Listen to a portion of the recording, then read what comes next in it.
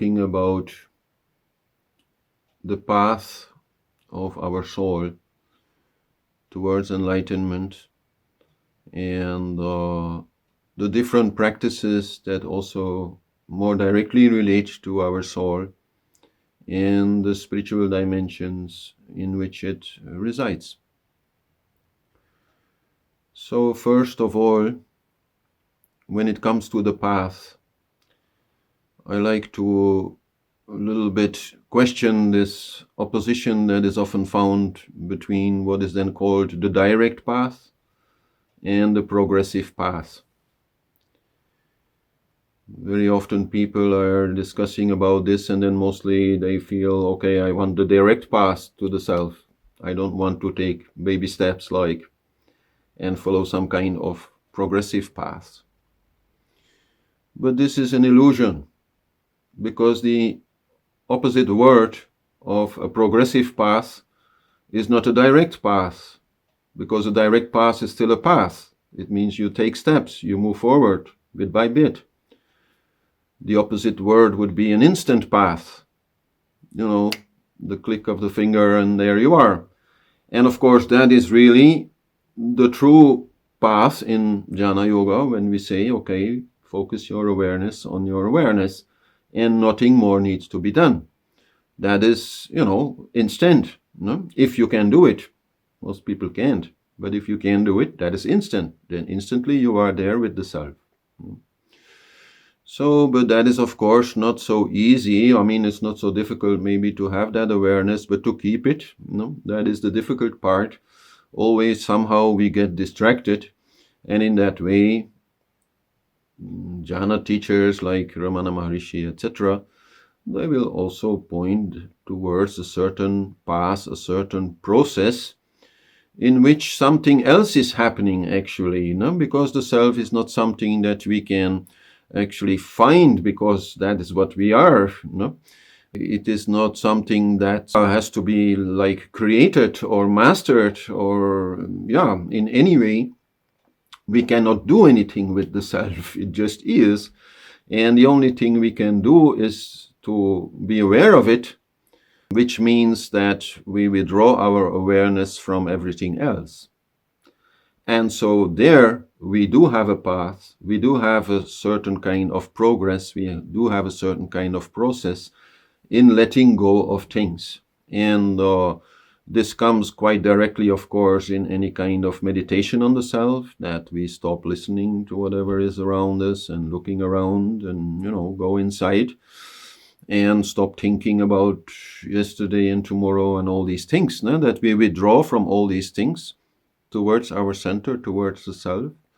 But also there is a process throughout our lives where we are gradually losing our attachments, because these are, of course, the main things that are keeping us away from the self, that are keeping our attention somewhere else.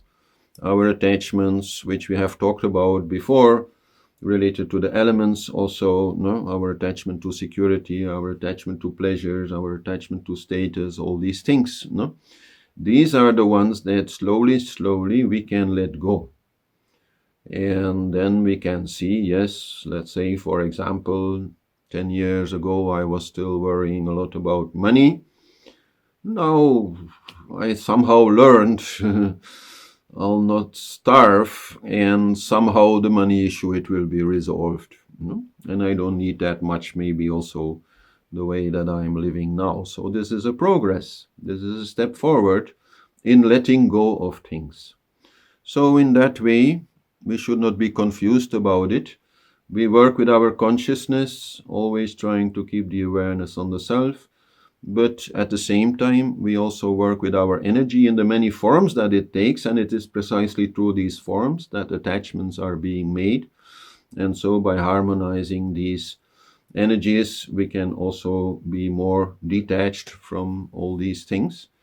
And so gradually come closer and closer to the self and really start living from the self. So this illustration is actually quite similar to the lotus of the manifesting self that we have seen before, but okay, maybe here a little bit more rational, the explanation of how from the self, from Satchit and Ananda, emerge time, space, and sound as the main powers that lead to the manifested universe, that then also relate to different practices that can help to bring us back to the self. So basically it is the same story, it's just a different image that I created for the book. So the main question then to ask here is, who is doing this? Who is wanting this?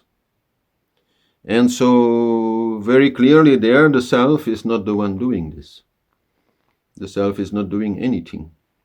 The self is merely there, I would say, as a kind of inspiration, somehow drawing us towards it without actually doing anything for that, just by its nature, just by its beingness, just by that endless happiness that it has. It answers our most essential question in yoga, which is the question, how can I be happy independent of what happens? The answer there is the self. So that self is always in that way inspiring us, but it is not doing anything. The one who is following this path, the one who is using these different powers, the one who is actually evolving, is the ego. That is very important, of course, to understand, because that means that the ego is the hero of yoga, which is a little bit a funny thing to say, because usually in yoga we don't have such a good idea about the ego. We see the ego as the source of all our problems, the source of all our attachments. But we have to see, the ego basically is just an idea. But it is an idea with many, many different layers, attaching to many, many parts of us, up to, of course, then also the subconscious, where the ego resides as a very primary attachment to our form, and from where all kinds of feelings come that then produce all kinds of thoughts and actions and so on. So the ego may be just an illusion, just an idea, but it's still only the ego that holds the ego. So it is also only the ego that can let go of the ego. So yes, the ego is there, the hero or the villain, as you want. And in that way, it is just a matter of choice. Do you want your ego to be the villain who creates all kinds of problems? Or do you want it to be a hero who goes towards peace, who goes towards bliss, and who detaches from all these things?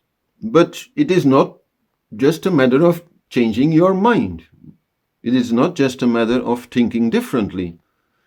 And you may remember in one of the earlier videos, we talked about how the subconscious continuously affects our thinking, continuously creates all kinds of emotions and actions, and that subconscious is beyond our consciousness. It is beyond our ideas and opinions and all that. So to work with that level, we need to have time.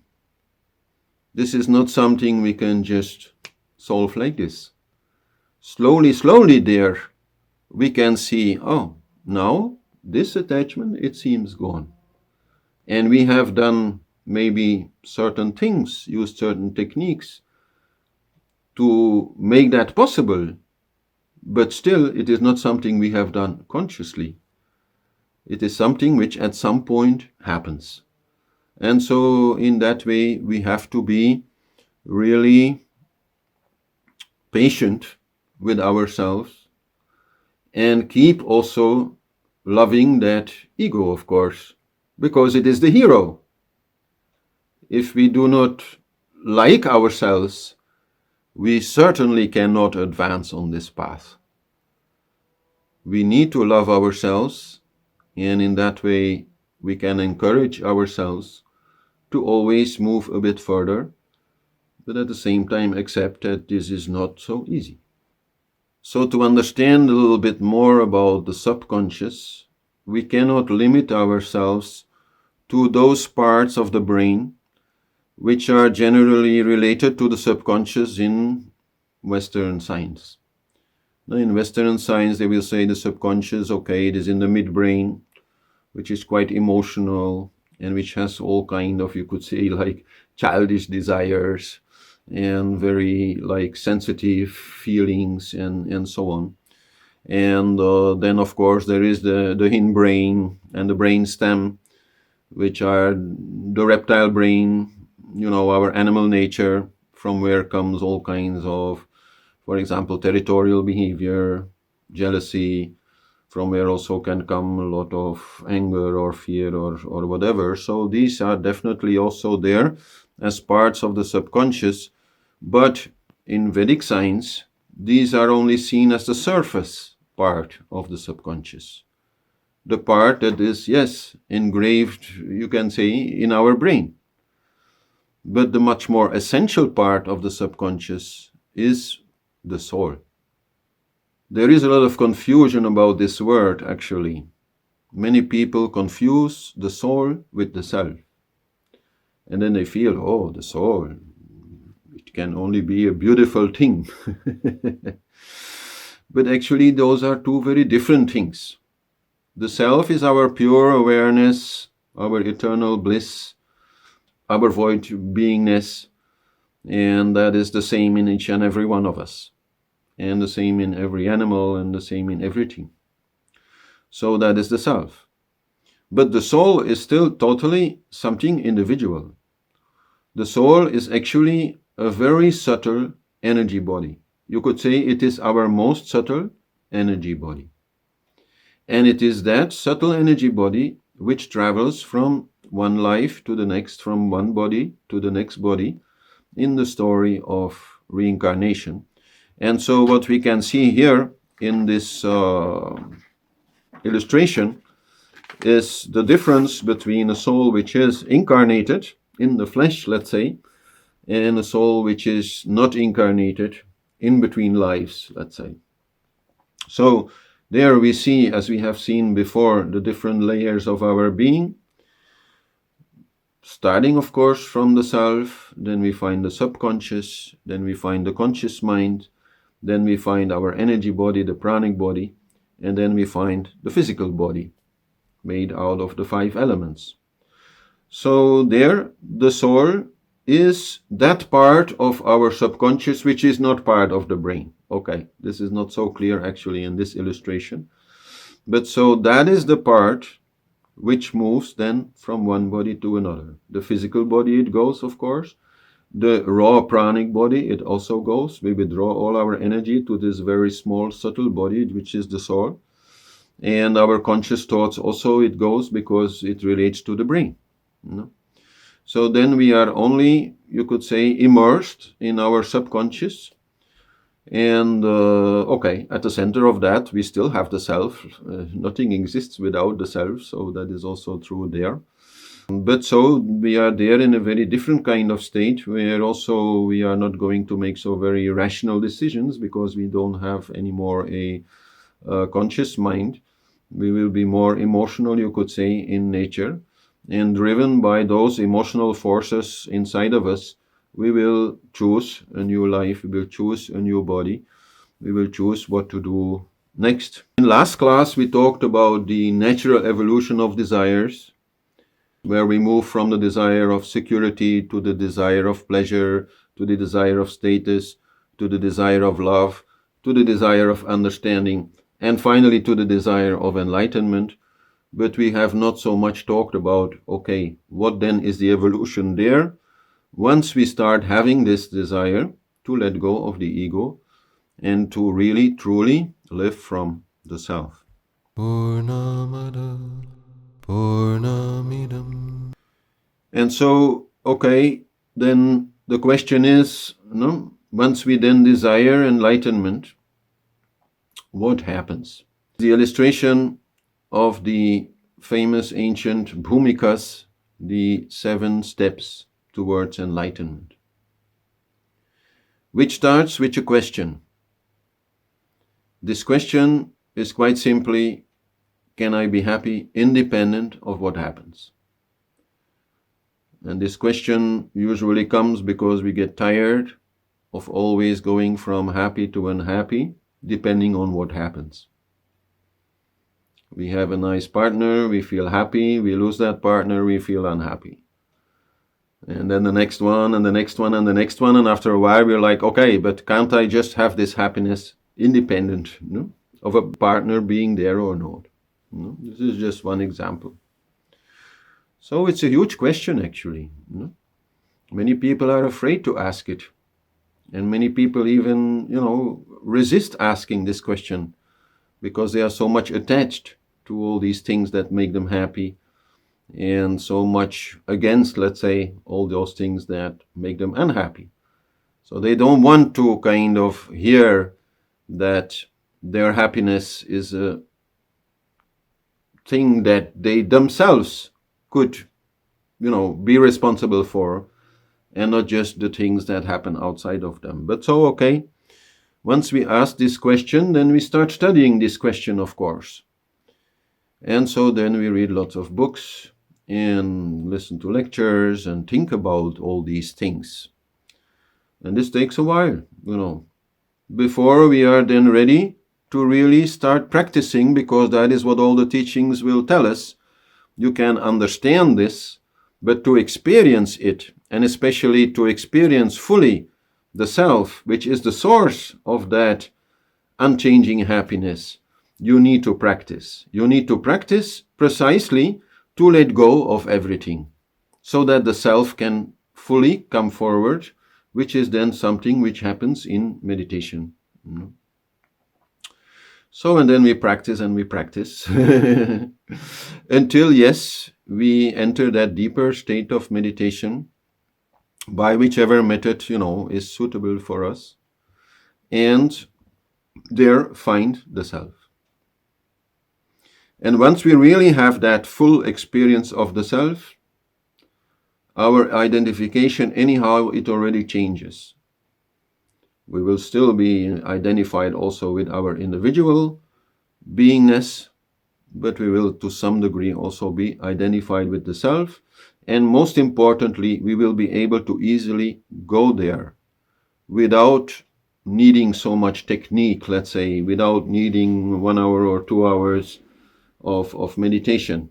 We will know the way, we will know the feeling of it, you could say, and very easily, just by choosing to do so, we will very strongly experience the self, and of course then also that happiness, that bliss that it brings. Which brings us to this fourth stage, where, we are what is then called Sattvapati, the ruler of our own happiness. And so there, we have the connection. We have the connection to the self. We can be happy whenever we want. We can still be unhappy also if we want. But the moment we feel no, then we detach, and we go there and we find that peace and that bliss, which is already a very nice place to be. And which is also the ideal place, I would say, or the ideal state from where to fulfill our remaining desires. Because it is not because we have found that undying happiness of the self that some desires will not remain. No, they will still be there. They will be much less important, maybe. And definitely, if we cannot fulfill them right now, then we'll be okay. But if we can fulfill them, okay, we will fulfill them and in that way exhaust them. Desires are to some degree gotten rid of by fulfilling them. And so, okay, that may take quite a while, depending on how, many desires are still on our inner bucket list, let's say. And they are, okay, we move forward until we feel, okay, nothing much left here that I want. And then we enter the next stage of non-attachment, which means, okay, there's nothing that we want, there's nothing to which we are attached, and the only thing then that remains are still our remaining karmic debts. So that means, okay, in past life, I don't know, you were dishonest or something, you have to pay back something for that. So in that way, in this stage of non-attachment, we find a lot of karma yoga. These people, then we feel, okay, they seem to have no more personal agenda, but they are there caring for everyone and using their particular talents maybe. They are helping everyone, whether in a more practical way or whether maybe by teaching them or organizing things for them that bring them forward on the spiritual path. These are all possibilities that are there. Until at some point we feel, okay, there also nothing left. I don't owe anything anymore to anybody. I've really cleared all my debts. And then they enter the phase of non-perception, because basically there's nothing in the world that they want and there's nothing in the world that they owe. So then why open your eyes, Then you stop looking around. And even with eyes open, these people will be experienced as being totally focused inside. They may still function, they may still answer your questions, let's say, but they will not speak unless questioned. They will not act unless, it is just natural, like eating when you're hungry or something like that. But they will not desire that food in any way. And if the food is not there anyhow, they'll be totally, okay. So that is a very special state of being, which does not happen to many, many people, and which also apparently does not need to stay for a very long time to bring about the last and final step of enlightenment, where the individual is totally lost and, okay, the merge with cosmic consciousness is finalized. So then game over, you are there. And okay, we can talk a long time about what happens next. I'm not going to do that here. I actually have another class on YouTube called The 7 Steps Toward Enlightenment. So you can find that in there. We talk a lot more about these steps because there's all kinds of things there to learn. And then also, okay, about what happens after that. Some of the main things still to say about these 7 steps is that true forceful detachment only is needed in stage 3, the stage of practice. Then, yes, it may really be necessary for some time to let go of everything, to let go of all your desires, to let go of your little addictions maybe, to really, not play around with the senses too much, for example, so that your whole system can totally calm down and this going inside becomes possible. And this finding of the self in its full glory, let's say, becomes possible. But so it is only there that this is needed. In the next stage, where you have found the self and basically are happy, independent of what happens, then sure, as I said, fulfilling your desires, whatever remains, is still a requirement. Because otherwise, they'll just keep being there. And there's nothing wrong, of course, also, if you can fulfill them in harmony, in Dharma, without forcing it. And you also will not need to force it, because anyhow, you have your heart connection. And that keeps you happy, independent of what happens. So that is a main thing. Another thing is then that in this 4th stage of true connection to the self, then also very much the whole story about enlightenment will become less relevant. Because even without being enlightened, you already have fulfilled your desire. That started this whole game. You already have found the source of happiness, independent of what happens. So that really totally then again changes how you look at life and look at yourself And as I said, this can take quite a long time, depending on how many desires you have, but also because you're not going to be in a hurry. Because you don't have anything anymore to run away from. You're basically beyond the typical problems that normal people have. So that is also important to see.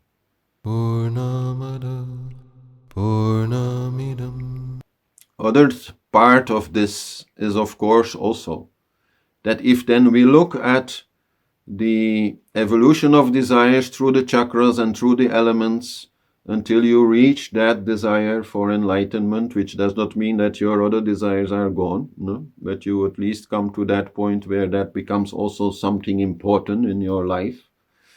And then once you start walking on these stairs and moving up, that this whole process cannot be seen as something that can logically be done within one life.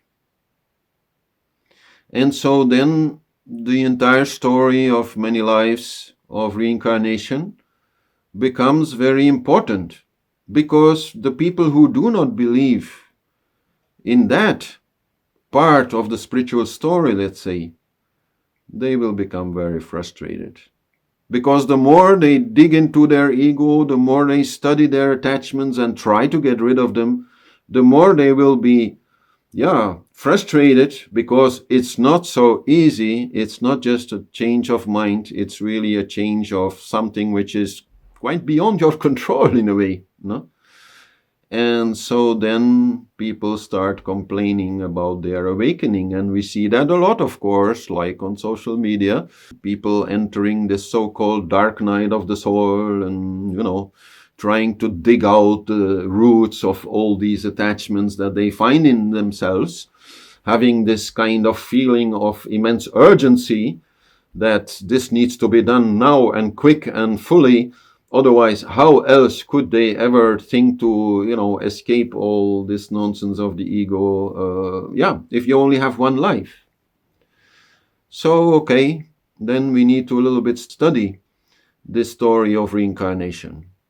And first of all, realize that the same seers, the same rishis that brought us this beautiful understanding of the self and cosmic consciousness are also the same ones who are bringing us the also actually very beautiful story of many lives to fulfill this path towards enlightenment.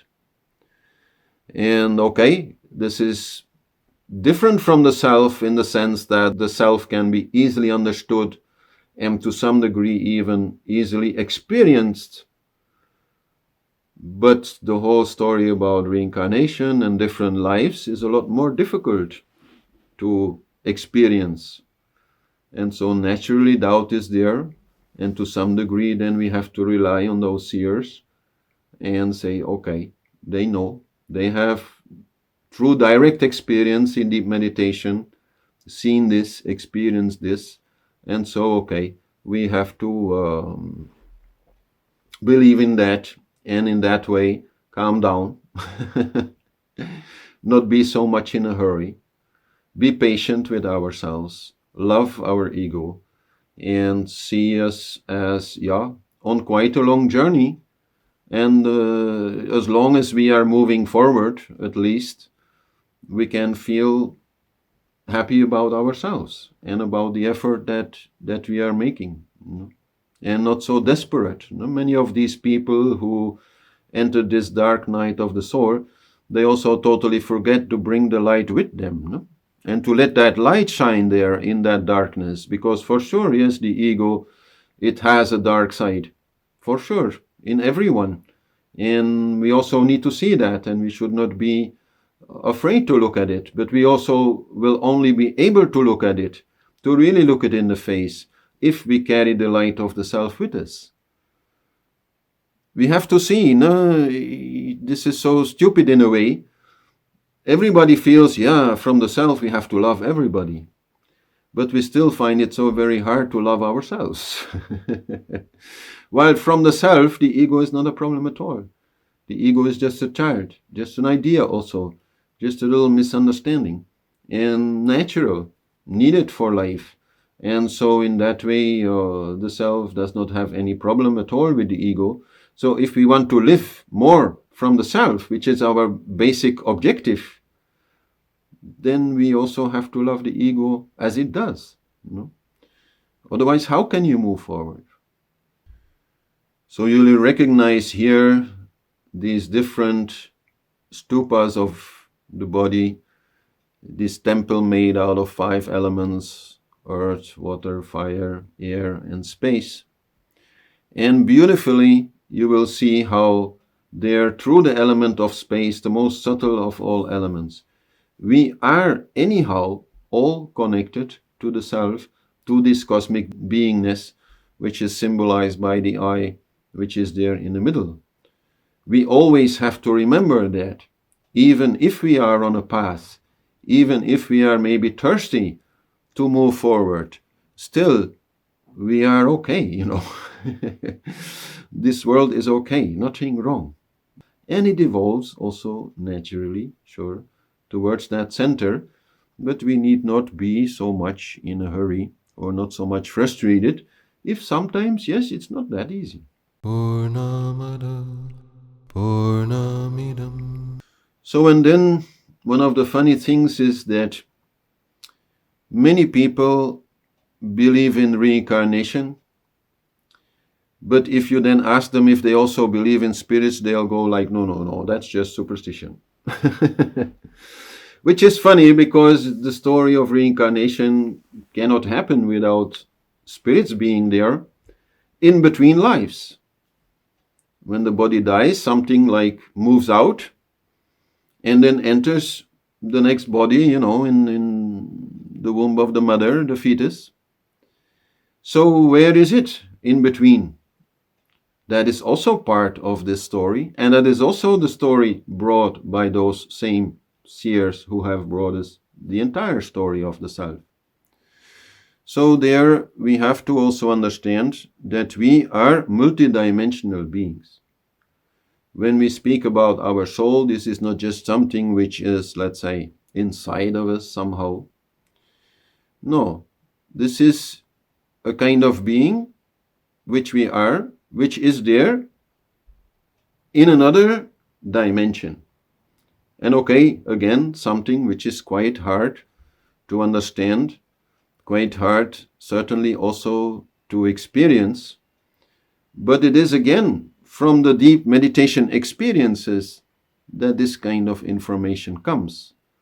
And we have said before, in the stage of practice, that is where we are going, this deep meditation.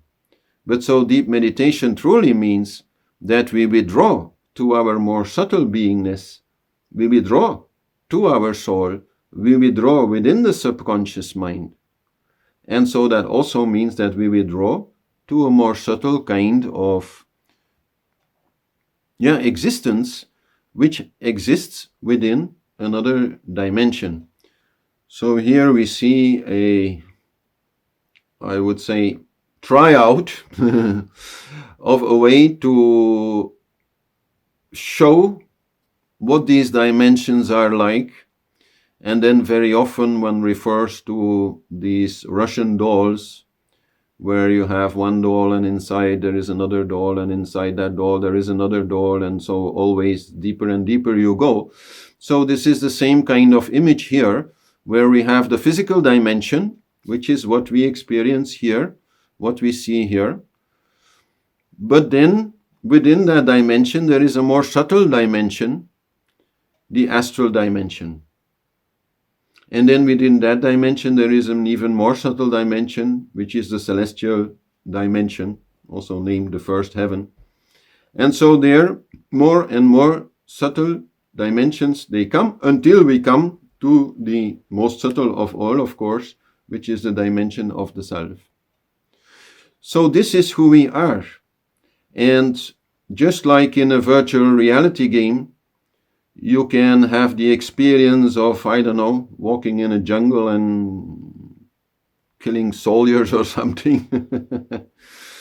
We are also here living this life as a virtual reality game, quite a perfect one, I would say, with the senses, no?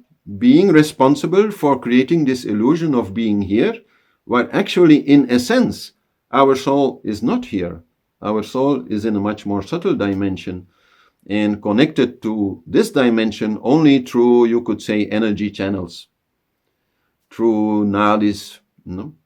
And in that way being able to experience this body, work with this body, move this body, and so on. Just like in a virtual reality game, the cables will connect us with the helmet and the gloves and whatever else, equipment is there to give you this virtual reality experience. So that is really, again, this is not my story, this comes from the ancient seers of India. This is how they perceive our existence, as actually not being here, this world being an illusion, and actually being in a much more subtle form and in a much more subtle kind of dimension. And so, what is there then still to say is that this image, it is also showing very much that our perception of these different dimensions depends very much on how we look at it. And here, this image, you can see it in two ways. Either you will see a tunnel with the self at the very center. This is really then the image of those Russian dolls, always going deeper and deeper inside. But we can also see it as a cone. These different dimensions like stacked atop one another. And then, the third one is the first heaven and the fourth one is the second heaven. And so then we go all the way up to, the ultimate top, like it is also there in the Leela board game, And actually in a recent video that I made on the spiritual significance of that game, I explained quite a lot more about these dimensions, so I'm not going to go too much into that, except maybe to say that the dimension of the self is really not fitting within this image correctly, because the dimension of the self is what is called the absolute dimension or the absolute plane, of which it is said that it is beyond any place, it is beyond any plane, it is really in everything and outside everything. So, like the self itself, it is a little bit totally beyond our comprehension what it really is. The significance of this is twofold. The first part is, that practice of deep meditation. If we want to be successful in withdrawing inside, away from the physical world, up to the point where we no longer have the experience of sitting there in the body meditating, then that means we are withdrawing to those more subtle dimensions. And so once we are there, we can definitely use some help. So in all spiritual traditions, different practices are there to ensure that we get help from there. That is the first part. And this actually is not only limited, I would say, to the deep meditation that is the yogic samadhi, which is very sattvic in nature and in that way also normally directly leading us towards the self and towards the experience of the self. It is also there in what could be called more active kinds of samadhi, rajasic trance, it is then called, which we find in many cultures, under the influence of, hours of dancing in the sun, or ayahuasca or other psychedelics, which can also take our consciousness to these more subtle dimensions. So that is all involved there, and all these things, very well known, needing some kind of protection, some kind of help, some kind of support in order to be positive in their effect. And then especially then, of course, those more rajasic samadhis. The yogic samadhi is different in that way because actually nothing wrong can happen there because anyhow the self is so predominant in that experience. So that is one part. The other part is that, okay, again, these same seers are telling us these spiritual dimensions do not only exist, and we also do not only exist within those spiritual dimensions in our more subtle forms, but they will also say that these spiritual dimensions have quite an impact also on our life here in the physical dimension, precisely because, okay, we are not really here, we are there. So whatever happens there, it affects what happens here also. And so then also in that way, in, I would say, all spiritual traditions of the world, we find certain rituals which are a kind of language, a kind of communication with those other dimensions, so that we can get help there also to solve problems here, attain our objectives here, and definitely also avoid getting problems from that area, let's say, from those other dimensions. And so then we come to things like spiritual healing, of course, but also, okay, many other things that are possible to influence what happens here, and especially then also to influence our spiritual growth.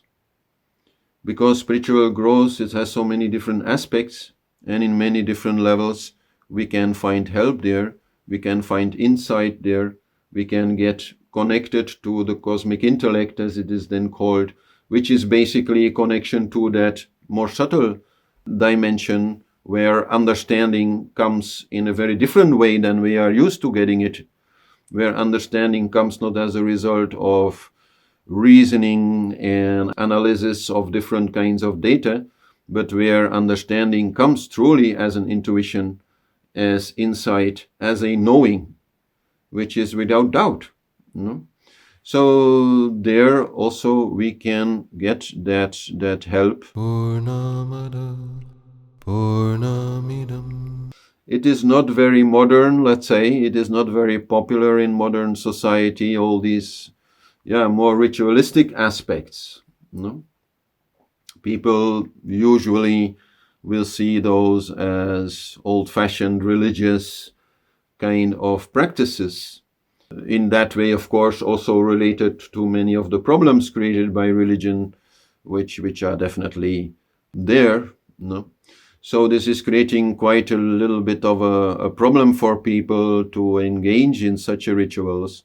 But I would say that apart from the experiences that you might have in deep meditation, but that is not something very easily attained, to perform some kind of rituals and see what it does, to get some result from that, is probably the best way to convince yourself, something is there.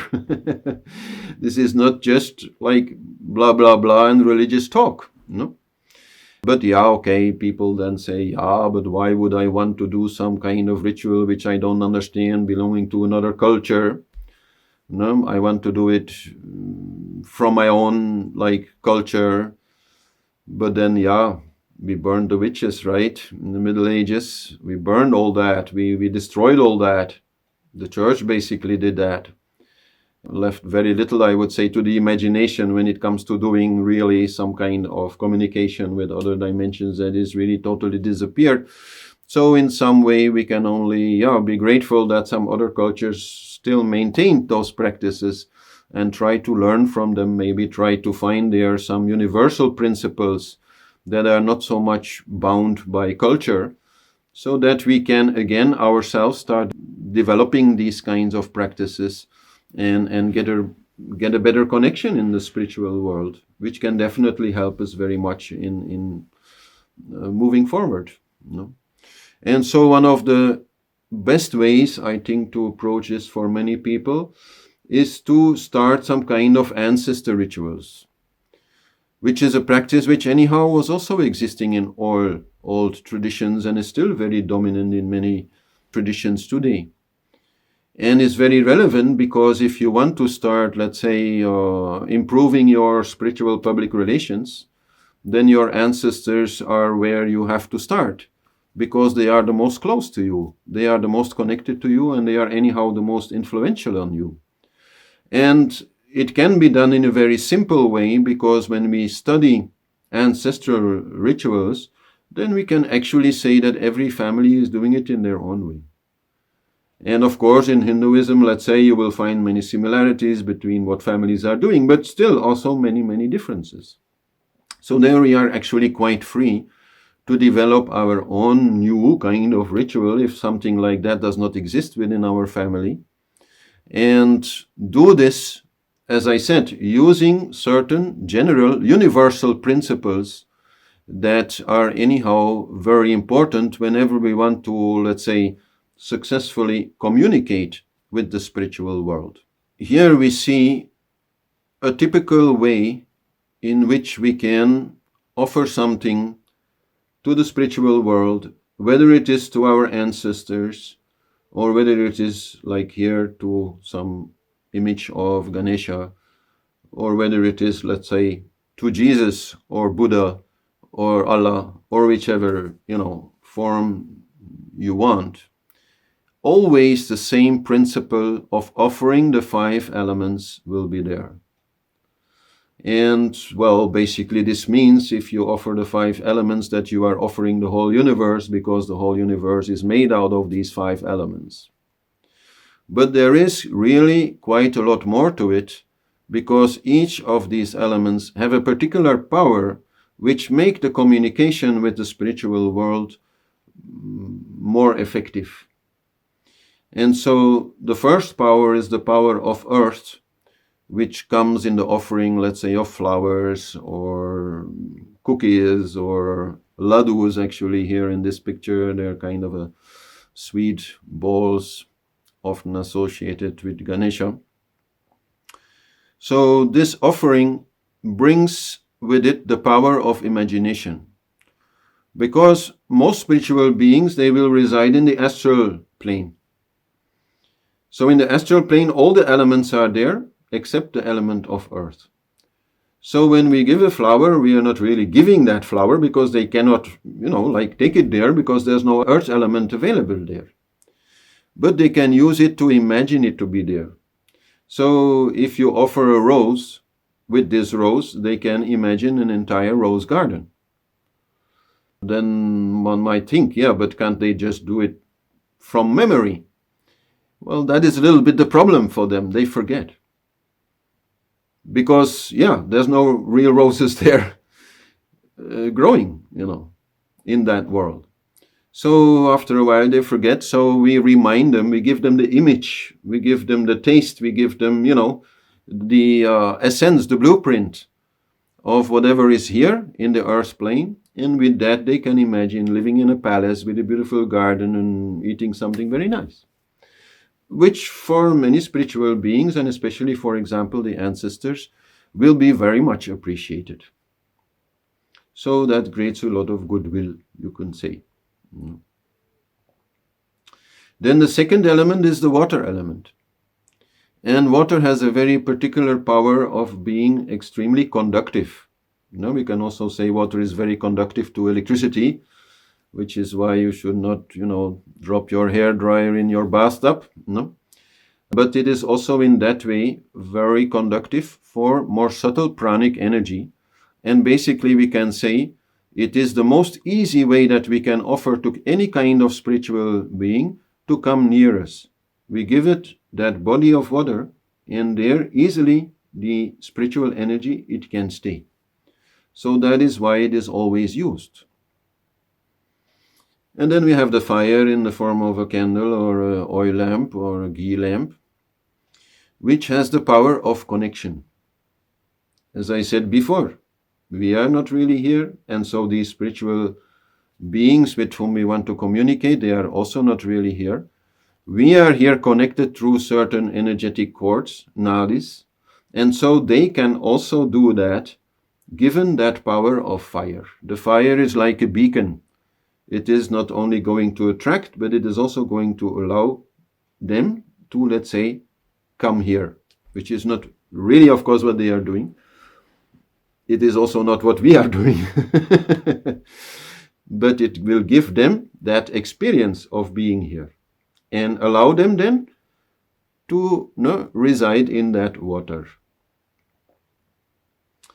And then the fourth is the air element, which usually is offered as a nice smell, whether from incense or some kind of essential oil, or maybe some nice smelling flowers.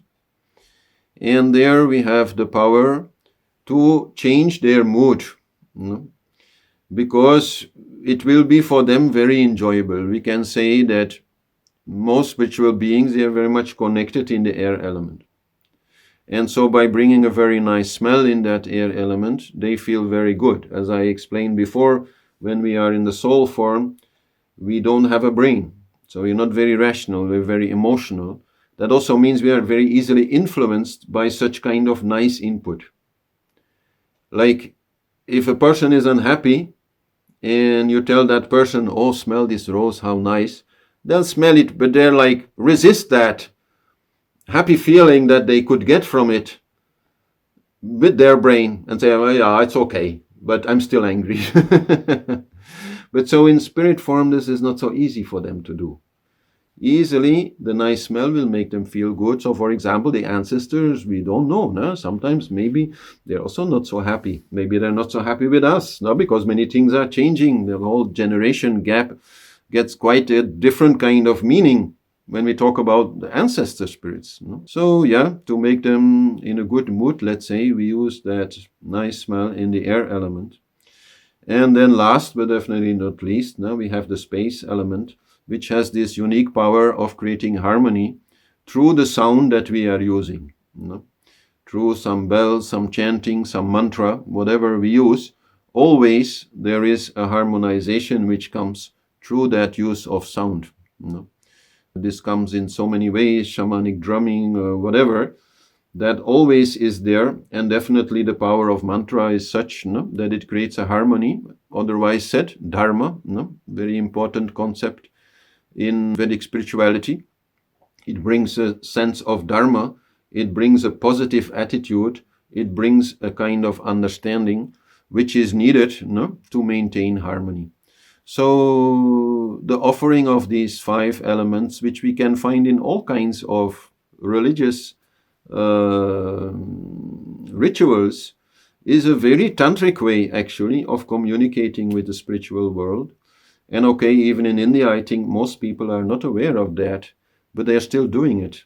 And okay, that is maybe also not unwise, because if they might be aware of it, they might be afraid of it also. So just, doing it because it is tradition, because it is custom, it still works. So, okay, I'm not saying that everyone should be so much interested even in the spiritual world. There's a reason why we are like having the experience of being here and not being somewhere else.